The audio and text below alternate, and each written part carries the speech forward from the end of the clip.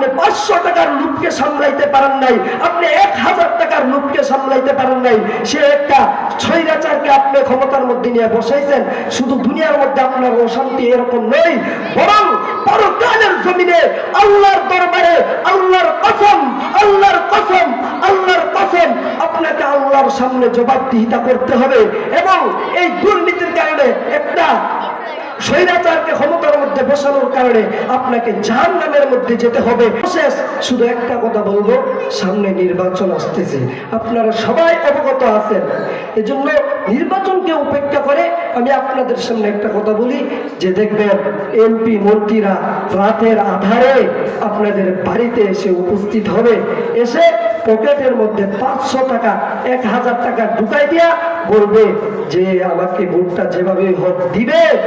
পরে যখন আপনিও তার টাকা পাইয়া তার টাকার লোভে পইরা ভোটটা দিয়ে দিলেন, কিন্তু সেই লোকটা ক্ষমতায় গিয়া দুর্নীতি করলো, চাঁদাবাজি করলো, দেশের টাকা অন্য দেশের মধ্যে হস্তান্তর করেছে, কোটি কোটি টাকা হস্তান্তর করেছে। এটা শুধু আপনার আমার জন্য। আপনি 500 টাকার লোককে সামলাইতে পারেন নাই, আপনি 1000 টাকার লোককে সামলাইতে পারেন নাই। সে একটা স্বৈরাচারকে আপনি ক্ষমতার মধ্যে নিয়ে বসাইছেন। শুধু দুনিয়ার মধ্যে আপনার অশান্তি এরকম নয়, বরং পরকালের জমিনে আল্লাহর দরবারে আল্লাহর কসম, আল্লাহর কসম, আল্লাহর কসম, আপনাকে আল্লাহর সামনে জবাবদিহিতা করতে হবে। এবং এই দুর্নীতির কারণে একটা স্বৈরাচারকে ক্ষমতার মধ্যে বসানোর কারণে আপনাকে জাহান্নামের মধ্যে যেতে হবে, এটার মধ্যে বিন্দু পরিমাণ সন্দেহ নাই।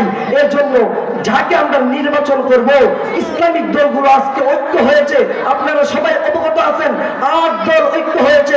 আমরা ইসলামিক দলগুলোকে একবার তাদেরকে সুযোগ দিয়ে আমরা দেখিয়ে দিতে চাই এই দেশ সোনার বাংলাদেশ হবে ইনশাআল্লাহ। আল্লাহ তাআলা আমাদের সবাইকে আমল করার তৌফিক দান করুন। সর্বপ্রথম যেই কথাগুলো বলেছি আমাকে, অতঃপর আপনাদের সবাইকে আমল করার তৌফিক দান করুন। ওয়া আখিরু দাওয়ানা আলহামদুলিল্লাহি রাব্বিল আলামিন।